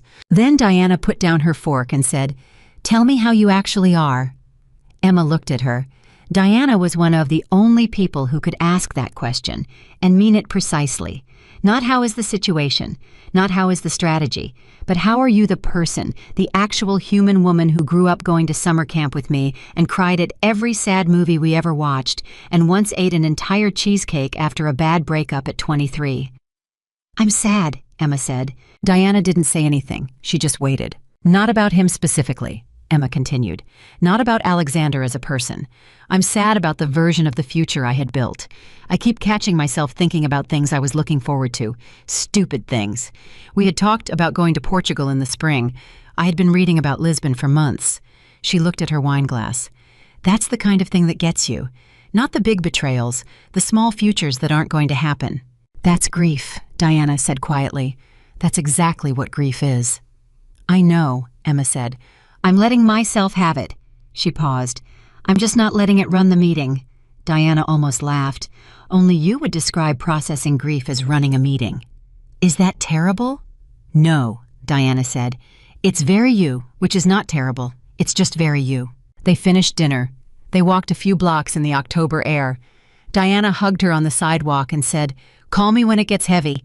And Emma said she would and meant it, and then she got in a cab and went home. She slept 7 hours that night. The first time she had slept more than 5 in 3 weeks. She woke up and felt marginally but genuinely better. The audit produced its preliminary findings on day 41. Emma received the summary through Patricia, who called at 8 in the morning and said, "You need to come in, today." She was in Patricia's office by 9. The preliminary findings covered 47 pages. Emma read them in an hour and 15 minutes, which was fast even for her. Patricia sat across the desk and watched her read and said nothing until Emma set the document down and looked up. "The expense approvals," Emma said. "Yes," Patricia said. "They weren't just within technical authority," Emma said. "Some of them were structured specifically to fall within her authority. Someone designed them that way." "That's what the auditors believe," Patricia said. "The question is who designed them?" Emma looked at the document again. The pattern was clear once you saw it: a series of expense approvals, each individually unremarkable, each falling just under the threshold that would have required a second signature, spread across 18 months, connected to vendors that turned out upon examination to be connected to accounts that benefited Claire personally. "She was more sophisticated than I thought," Emma said. "She's been in that office for 6 years," Patricia said. "She understood the approval structure better than most of the CFO's team." "And Alexander?" Patricia's expression shifted. "The auditors haven't determined yet whether he knew. The evidence suggests he didn't design it. Whether he noticed it and chose not to look closely, that's a different question." Emma sat with that for a moment. There was a version of Alexander, the version she wanted not to exist, the version that made the whole thing worse, who had known, who had seen the pattern and understood it, and decided that what Claire was doing was a form of compensation he could tolerate because it kept her close and kept the personal arrangement stable. And there was a version of Alexander who had simply not looked, who had been so focused on the larger performance of running a company that he had never looked carefully at the details of the system he was running. She didn't know which version was true. She wasn't sure she wanted to know. "Does it change the divorce terms?" she said. "It strengthens your position significantly," Patricia said. "If he knew, even if he simply chose not to look, that represents a breach of fiduciary duty that affects the marital estate. Your attorneys can argue that his failure to disclose this to the board, to investors, to you, constitutes a material misrepresentation in the context of the marriage." "That's not why I asked," Emma said. Patricia looked at her. "I'm asking because if it changes what he's liable for, it changes what the employees are exposed to," Emma said. "If he's personally liable for Claire's conduct, the company's exposure decreases. And if the company's exposure decreases, the restructuring is cleaner." Patricia studied her for a moment. "You're protecting the company." "I'm protecting the 4,000 people in it," Emma said. "There's a difference." Patricia almost smiled. "Your father used to say something similar." "My father taught me that capital is a tool," Emma said. "The question is always what you're building with it." What happened next was not in any document or financial record or board communication. It happened on a Thursday afternoon, day 44 of the audit, when Alexander Carter showed up at the lobby of Whitmore Capital's offices without an appointment and asked the receptionist if Emma Whitmore was available. The receptionist called upstairs. Emma's assistant relayed the message. Emma was in a meeting with 2 portfolio managers reviewing Q3 performance. She listened to her assistant, thanked her, and said, "Tell him I'll be down in 15 minutes. She finished the meeting. She gathered nothing. No portfolio, no documents, nothing that would signal this was a professional encounter. She went downstairs in exactly 14 minutes. I was standing near the window in the lobby. He looked like a man who had lost 10 pounds, and not in a way that suited him. His suit still fit well, he would always have that, but something in the way he held himself had changed. The forward lean of a man perpetually ready for the next thing had become something more upright, more deliberate, like someone who had learned to be careful about momentum. "I don't have much time," she said, coming to stand across from him. "I know," he said. "I'll be quick." He looked at her directly. "The auditors found the expense pattern." "I know," she said. "I didn't know," he said. "I want you to know that specifically. I didn't know she had structured them that way. I knew the expenses existed, I saw them in aggregate, but I didn't examine the architecture." He paused. "I should have. That's not an excuse. It's a failure of oversight that I own. But I didn't know." Emma looked at him. She was very good at reading people better than most, because she listened more than she spoke, and she had developed over many years a sensitivity to the gap between what people said and what their bodies did when they said it. Alexander was not performing this. He was not managing her perception. He was standing in a lobby without an appointment, looking like a man who needed to say something true, and had driven across the city to say it in person, because saying it by phone felt insufficient. "I believe you," she said. He exhaled. "It doesn't change the audit findings," she said, "or the board's process, or the divorce proceedings." I know, he said. That's not why I came. Then why did you come? He looked at her for a moment. Because I've spent 6 weeks understanding things I should have understood 2 years ago. And one of those things is that you deserve to know the truth about Claire's conduct from someone who isn't just presenting evidence at a board meeting. He paused. You deserve to hear me say it, directly. I didn't set that up. I didn't design it. And the moment I understood what she had done, I told my attorney to cooperate fully with the audit, whatever that costs me personally. Emma was quiet. The lobby was moving around them, people coming and going, phones ringing somewhere at the desk, the ordinary machinery of a Tuesday afternoon. In the middle of all of it, Emma Whitmore and Alexander Carter stood across from each other and had the first genuinely honest conversation they had probably ever had. "What are you going to do?" she said, "after all of this?" I thought about it. I don't know yet. That's a strange feeling for me, not knowing what comes next. He looked at his hands briefly. I've always had a next. There's always been a plan, a company, a target. Right now, I just have a lot of very quiet days and a great deal of thinking. That's not nothing, she said. No, he agreed. I'm starting to understand that. She looked at him. This man she had chosen. This man who had failed her so completely and who was standing here now, doing the thing she had not expected from him, not performing contrition, not managing damage, not calculating the angle, just standing in front of her with the facts of himself and nothing else. Alexander, she said, I'm going to say something, and I need you to hear it as what it is, not as a negotiating position, not as strategy, just as a true thing. All right, he said. The company is worth saving, she said. The real company, the one underneath your myth of yourself. The engineering teams, the security division, the sales operation. It's genuinely good. The people who built it deserve to see it succeed. She paused. I'm going to make sure it does. Through the restructuring, through whatever leadership comes after the audit, through the investment commitment that I intend to finalize once the governance corrections are in place. He stared at her. You're going to complete the investment, he said. Yes. After everything. Because of everything, she said. Because I've looked at it more carefully than I looked at it before, and it stands up. And because 4,000 people should not pay for the choices of one. He was quiet for a long moment. Why are you telling me this? He said. Because you came here to tell me a true thing, she said. I'm returning the favor. She looked at him steadily, and she said the last thing she needed to say to him, the thing she had been carrying since the night she walked into that hotel suite in her wedding dress, and understood with the particular clarity of real pain who she was dealing with. You asked me once if I ever thought what we had was real, she said. I told you yes. I want to add to that. She held his gaze. The part that was real, my part, it was worth something. It was worth exactly what I put into it. And I'm not going to let what you did with it make me believe that choosing to believe in someone was a mistake. It wasn't. Your failure to be worthy of it, that was the mistake. That was yours, not mine. He nodded. He didn't say anything. There was nothing to say. She turned and walked back to the elevator. She pressed the button. She rode upstairs. She walked back into the building where she spent her days, past the people who worked for her and around her and beside her, back to her desk where the documents were waiting, where the analysis was waiting, where the work that was real and hers and entirely her own was waiting. And she sat down. And she picked up her pen. 3 days later, on a Friday afternoon at 4:45, Patricia called and said, the divorce filing has been accepted. We're officially in process. How long? Emma said. 6 to 8 months, possibly less given the asset documentation we have in place. And the settlement framework. Alexander's team has agreed to the preliminary terms. He's not fighting it. His attorney told me. Patricia paused, and Emma could hear in that pause something that surprised Patricia, which was not easy to do.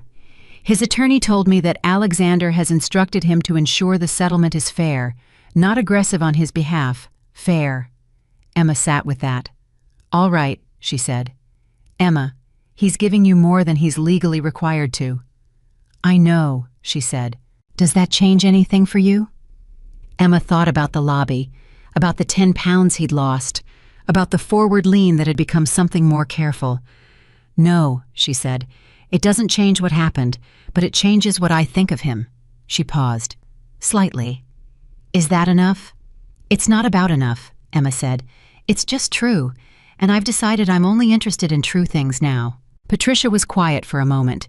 Then she said, "Your father would have liked the woman you are right now." Emma felt that land somewhere real. "Thank you," she said softly. She hung up. She looked out the window at the city that had always been hers, that she had never needed anyone to give her access to, because she had always been of it, born into it, shaped by it, built from it. The city that had been 42 floors below her on the worst night of her life, and had continued its business without waiting for her to catch up the way it always did. She had caught up. She had done more than catch up. On the following Monday, Whitmore Capital sent a formal communication to Carter Global's board confirming its intention to finalize the investment commitment upon completion of the audit and implementation of the proposed governance restructuring. The communication was signed by Emma Whitmore in her capacity as primary decision-maker for the relevant investment vehicles. Reynolds called her personally. "Emma," he said, "I want you to know that the full board is grateful. What you've done here, the way you've handled this situation, is not what we expected. It's better." "I appreciate that," she said. "I also want to say—" He paused, and Reynolds was not a man who paused often. "What you've been through personally in the middle of all of this. We see it, the board sees it.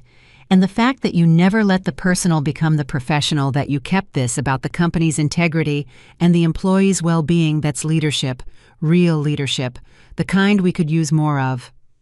Emma was quiet. Then she said, "I'm going to hold you to that, Harold." He laughed. "A real one. I thought you might." The audit concluded on day 61, one day over schedule, which Patricia noted was actually extraordinary given the complexity of what they'd found. The final report confirmed the expense pattern connected to Claire's account, confirmed that the evidence did not support Alexander's direct knowledge of the structured approvals, and recommended a series of governance reforms that the board moved to implement immediately. Claire reached a settlement agreement with the company. The terms were confidential. She left Carter Global quietly, without statement, without drama. Emma did not track what happened to her after. She had made a decision early in this process that her attention would go toward what she was building, not toward what was ending. Claire's story was Claire's to carry. Alexander's administrative leave was extended by the board pending a leadership transition. A search firm was engaged to identify a new CEO. Alexander retained his equity position.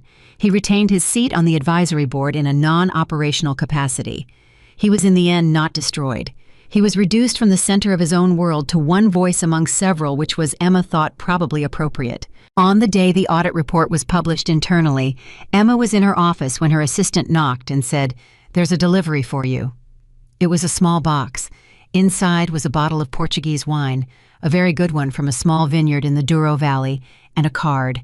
The card said, "For the trip you're going to take without me, it should be a good one. A." Emma held the card for a moment, then she set it down. She looked at the bottle.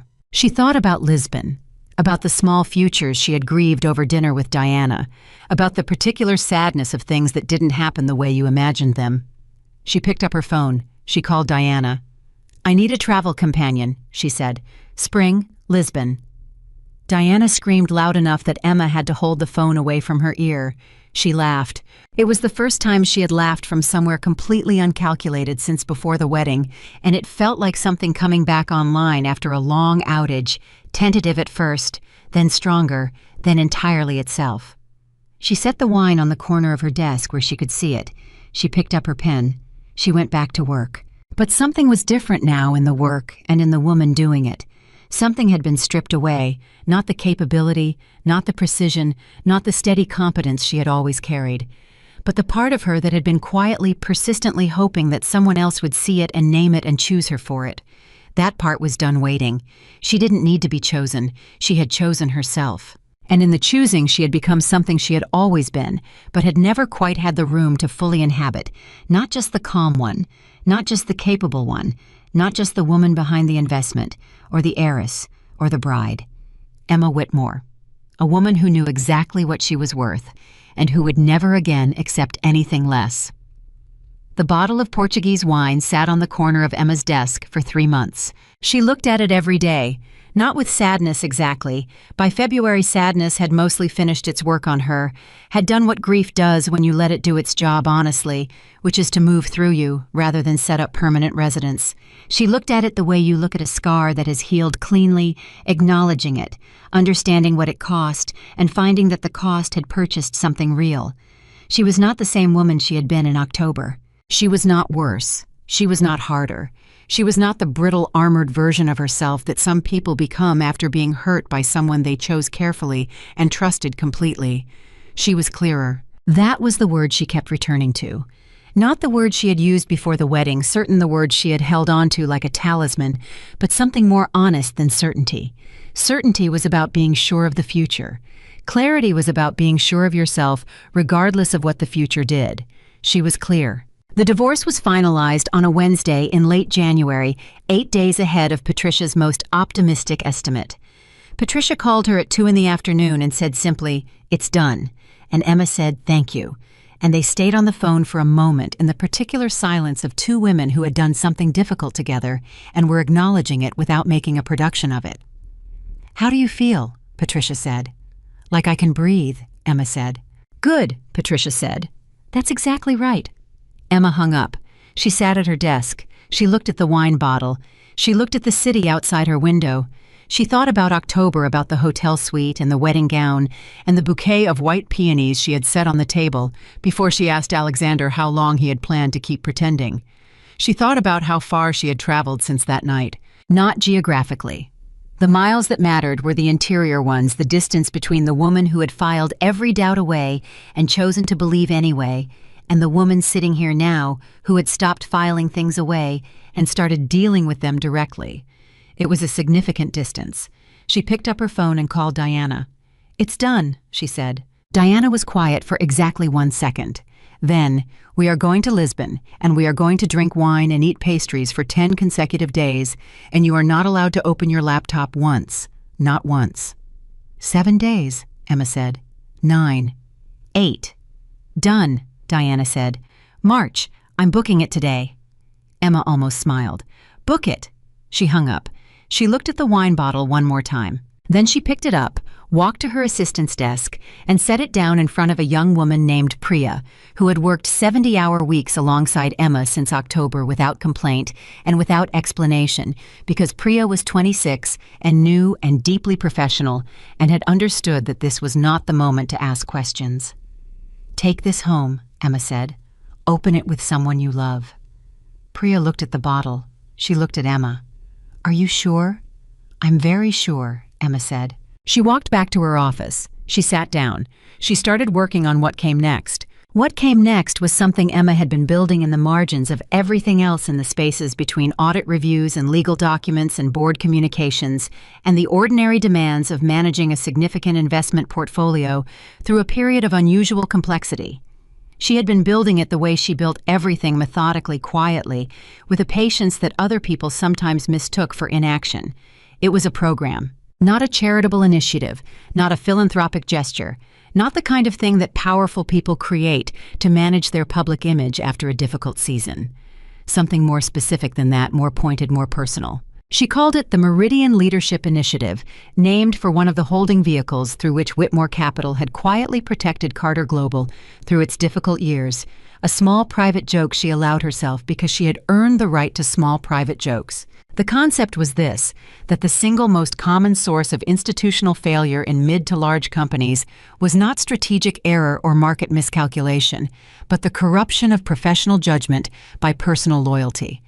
The specific, recurring, deeply human tendency of leaders to allow the people they were closest to, in whatever sense of closest, to operate outside the normal structures of accountability. It happened at every level of every industry. It happened because human beings were human beings, because power created intimacy, and intimacy created blind spots, and because the higher you climbed, the fewer people were willing to tell you when your blind spots were becoming structural problems.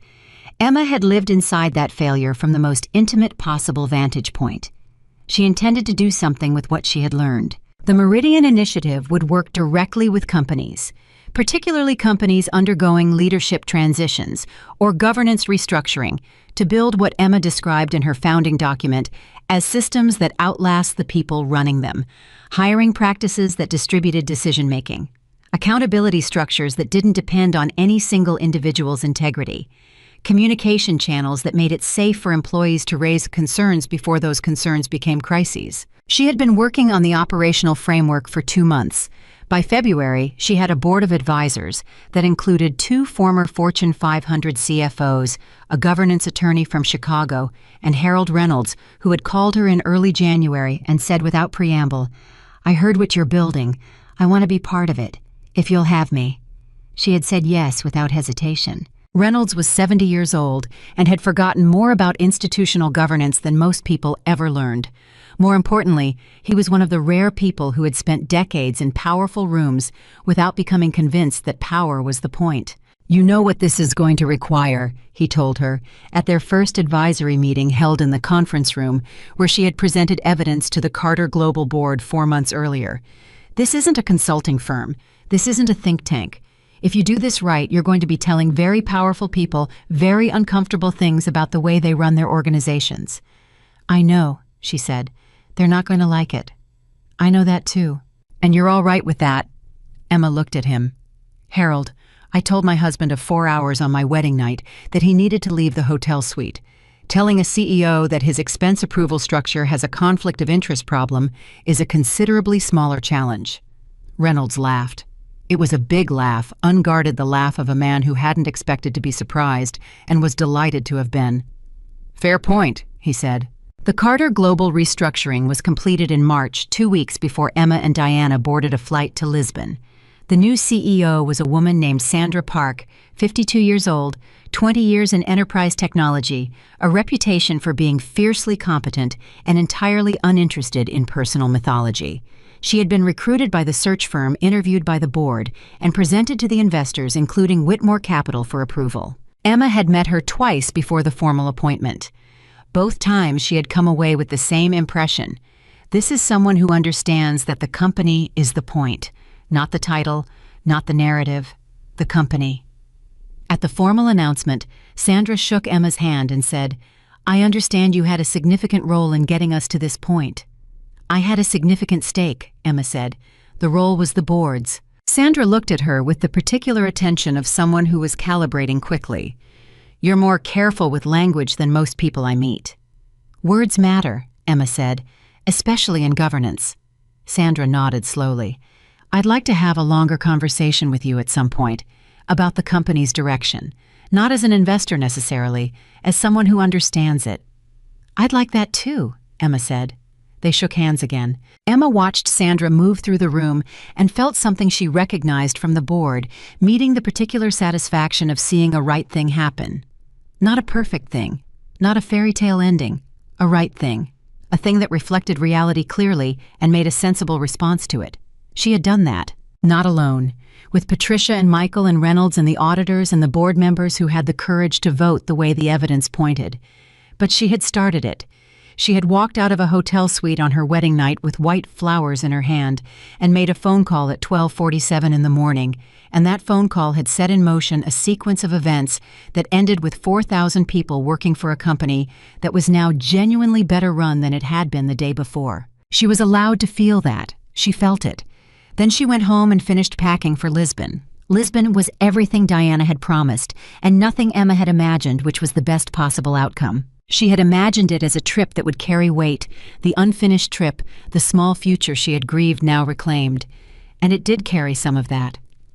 The first morning, sitting in a small cafe with a coffee and a pastel de nata, while the city's particular light came through the window, she thought about Alexander's card and the wine she had given to Priya and the distance between the version of this trip she had planned and the version she was having. She thought about it for about 6 minutes. Then Diana sat down across from her with 2 more pastries and said, "I found us a boat tour at 2 o'clock and a fado restaurant for tonight, and I need you to be completely present for all of it, because I am not carrying this vacation for both of us." Emma laughed, and then she was present. She was present for the boat tour and the fado and the long dinners and the afternoons in bookshops and the mornings she climbed to a viewpoint and stood with her face in the wind and felt for the first time since October that she was not managing anything. Not her emotions, not a situation, not a narrative. She was just standing somewhere beautiful, being herself, and it was enough. On the 6th day, Diana said over wine at dinner, "Can I ask you something?" "You're going to ask it anyway," Emma said. "Do you think you'll trust someone again like that way?" Emma was quiet for a moment. "Yes," she said. "Really." "I'm not closing myself off," Emma said. "That would be the wrong lesson. The lesson isn't don't trust people. The lesson is know yourself well enough that you can tell the difference between choosing to believe and choosing to ignore." She turned her wine glass slowly. "I chose to believe in Alexander. That was real. What I'm learning to do is catch the moments when believing crosses into ignoring. That's the line I missed." "How do you know where the line is?" "You don't always," Emma said, "but you get better at it. You get better at listening to the things you're filing away instead of just filing them." She paused. "I had a filing cabinet full of doubts about Alexander. I just never opened it until I had to." Diana looked at her. "You're different." "I know. It's not bad different. It's just you're more present than I've ever seen you. Even when things were good with Alexander, you were always slightly, I don't know, slightly behind glass, like you were watching your own life from a slight distance." Emma considered that. "I think that's accurate," she said. "I think I was managing my life rather than living it. And then everything went wrong and I couldn't manage it fast enough and I had to just be in it. Actually be in it. And I found out I'm actually fine in it," she said. "Better than fine." Diana raised her glass. Emma raised hers. They drank.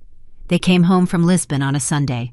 Emma was back in her office by Monday morning, which Diana found predictable and Emma found necessary, not because she couldn't rest, but because the work was waiting, and the work was genuinely hers, and there was a particular pleasure in returning to it after 8 days of being completely away. Priya had left a note on her desk that said, "The wine was incredible. Thank you." She had also left a perfectly organized stack of the things that needed Emma's attention ranked by urgency, with a summary of each attached. Emma read through it. She marked 3 things urgent flag 2 for later in the week and set the rest aside. Then she opened the Meridian Initiative folder. In the 2 weeks she had been preparing for and recovering from the Lisbon trip, the initiative had gained 2 more corporate partners, a mid-size pharmaceutical company in New Jersey that had recently survived its own governance crisis and wanted to rebuild its accountability structures, and a financial services firm in Chicago, whose new leadership team had specifically requested the kind of institutional restructuring framework Emma's document outlined. She had a meeting with the pharmaceutical company on Wednesday. She had a call with the Chicago firm on Thursday. She had a presentation to 3 potential advisory board additions on Friday. She was building something. She could feel it the way she felt a good investment in its early stages. Not flashy, not certain in the way that performances of certainty are certain, but solid, grounded, built on something real. It was April, 6 months since the wedding. It felt like a different life. The call came on a Tuesday afternoon in the 3rd week of April. Emma was between meetings standing at her window with a cup of coffee when her phone showed an unknown number she almost didn't answer. She answered it because she always answered unknown numbers, because she had learned that the calls you don't expect are sometimes the ones that matter. Emma Whitmore. The voice was a woman's professional direct with a slight southern accent that put her somewhere in the mid-Atlantic corridor. "Yes," Emma said. "My name is Catherine Marsh. I'm the editor of a business leadership publication. We've been following the Carter Global restructuring with significant interest, and I understand that Whitmore Capital played a central role in what happened, both in triggering the audit process and in ensuring the company's stability throughout the transition." Emma was quiet for a moment. "What can I do for you, Ms. Marsh?" "I'd like to speak with you about a profile," Catherine said. "Not about Carter Global specifically, about you. About the Meridian Initiative, about what you've built and what drove you to build it." Emma thought about this. She thought about a lifetime of being the calm one, the quiet one, the woman behind the investment. She thought about 6 months of choosing herself loudly and privately, without press, without profile, without the performance of rebuilding that some people in her position would have gravitated toward. She thought about why the initiative existed. If it was going to do what she wanted it to do, if it was going to reach the companies that needed it, the leaders who were smart enough to want to do better, and needed someone to show them how it needed to be visible, not Emma Whitmore, public figure, but the ideas, the framework, the argument she was making about what good leadership actually looked like. "Tell me about your readership," she said. Catherine told her. Emma listened carefully.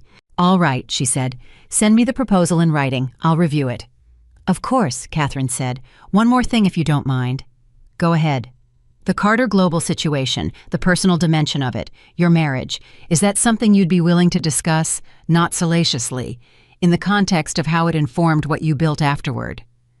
Emma looked out the window at the city. She thought about what it meant to make private pain useful, not to perform it, not to weaponize it, not to build an identity around having survived something, but to take what it had taught her and put it somewhere it could help someone else. "Yes," she said. "In that context, yes." The profile was published 6 weeks later. It ran 4,000 words in a business publication that reached exactly the kind of readership Emma had wanted: board members, senior executives, governance professionals. The people who made the decisions that shaped how institutions behaved toward their own employees and their own investors and their own futures. The piece was careful, precise, and did not sensationalize. It told the story of what had happened at Carter Global in the language of governance and institutional integrity rather than personal drama. It described Emma's role not as the aggrieved wife who had gotten her revenge, but as the investor who had applied the same standard of scrutiny to a personal situation that she applied to every professional one, and who had then taken what she learned and built something designed to prevent the same failures in other organizations. The response was not what Emma expected. She had expected professional interest. She had expected the kind of measured acknowledgement that serious publications generate in serious professional circles, respectful, engaged, swiftly moving on to the next thing. What she got was hundreds of emails. From men and women she had never met. From junior employees at large companies who had watched exactly this kind of dynamic play out in their own organizations and had never seen anyone with enough power to address it actually do so. From board members at companies who had been quietly worried about exactly these governance gaps and now had a framework and a contact. From women who had navigated the intersection of personal and professional in positions of power and who recognized in Emma's story something they had never seen publicly articulated before. She read every email. She did not respond to all of them because there were not enough hours in a day, but she read every one. She had Priya sort them by category, and she worked through them systematically, responding personally to everyone that identified a specific institutional problem the Meridian Initiative might address. 3 of those emails led to new partnerships. One led to something she hadn't anticipated. A woman named Grace Holloway, 63 years old, recently retired CFO of a Chicago manufacturing company, sent an email that began, "I spent 40 years watching what you described happen. I always thought there was nothing to do about it except outlast it. I'd like to talk to you about whether that's still true." Emma called her directly. They talked for an hour and 40 minutes. By the end of the call, Grace had agreed to join the Meridian Initiative's advisory board, and Emma had gained something she hadn't realized. She was looking for someone who had been doing this long enough to have perspective that Emma's 6 months of intensity could not yet provide. "You're going to make mistakes," Grace told her near the end of the call. "Not because you're not capable, because this is genuinely hard and you're doing it in real time. The important thing is to have people around you who will tell you when you're making them." "Is that what you're offering?" Emma said. "That's exactly what I'm offering," Grace said. "If you want it." "I want it," Emma said. "Good," Grace said. "Then let's get to work." In May, Sandra Park called Emma to say that Carter Global's Q1 results under her leadership had exceeded projections, not by a spectacular margin. Sandra was not interested in spectacular margins generated by short-term decisions that compromised long-term stability, which was itself a significant departure from the culture Alexander had built, but meaningfully, solidly, the kind of performance that told investors and board members and employees alike that the foundation was sound and the direction was real. "I wanted you to hear it from me first," Sandra said. "Thank you," Emma said. "How are the teams?" "Steadier than I expected given everything," Sandra said. "People are good at resilience when they believe the institution is actually trying to earn it." A pause. "Your initiative, the Meridian Framework. I'd like to implement some of it internally, with your involvement if that's something you'd consider." Emma thought about it. Not long. She had been thinking about it in the background for weeks. "Send me a proposal," she said. "Already drafted," Sandra said, and Emma could hear the smile in it. "I'll send it today." Emma hung up and sat for a moment with the particular quality of satisfaction that comes from watching something you helped fix actually stay fixed. It was not a triumphant feeling. Triumph was too loud for this, too performed. It was quieter than that, more private. The feeling of standing in a structure you helped build and finding it sturdy. She picked up her pen. She went back to work. Summer arrived, the way it always arrived in New York, suddenly, completely, with the specific energy of a city that has been waiting for warmth and now intends to make the most of every hour of it. Emma noticed it the way she noticed most things she wasn't managing with genuine pleasure, without agenda. She was different in summer than she had been in winter. Not in the way she worked or the decisions she made or the precision with which she moved through her days, but in some quieter register, in the ease with which she moved through an evening, in her willingness to be somewhere without a purpose, in the small pleasures she had started paying attention to again after months of treating rest as a resource and nothing more. She went to Central Park on Sunday mornings. She called her mother more than professionally necessary. She had 3 genuine friendships that she was tending carefully, including one with Diana, that had deepened into the kind of friendship that only survives real crisis, the kind where you have seen each other at the bottom and chosen to stay. She was not healed exactly. She did not believe in healed as a destination. It suggested a return to what you were before, and she had no interest in returning to what she was before. She believed in forward. She believed in built rather than restored. She was built. September arrived, nearly a year since the wedding. Emma did not mark the exact date on her calendar. She did not plan anything around it. She noticed it the way you notice an anniversary of something that shaped you, not with the intensity it once would have carried, but with a kind of acknowledgement, a nod to the distance traveled. On that day, the last Saturday of September, a year and 1 week after she had stood in a hotel suite in a wedding gown and understood something that broke and built her simultaneously, Emma received a final message from Alexander. Not a call, a handwritten note sent to her office delivered by messenger. She opened it at her desk alone in the late afternoon when the building was mostly quiet. It was short. It said, "I have been thinking for a year about what I would say if I had the chance to say it without an attorney present and without anything left to gain from saying it.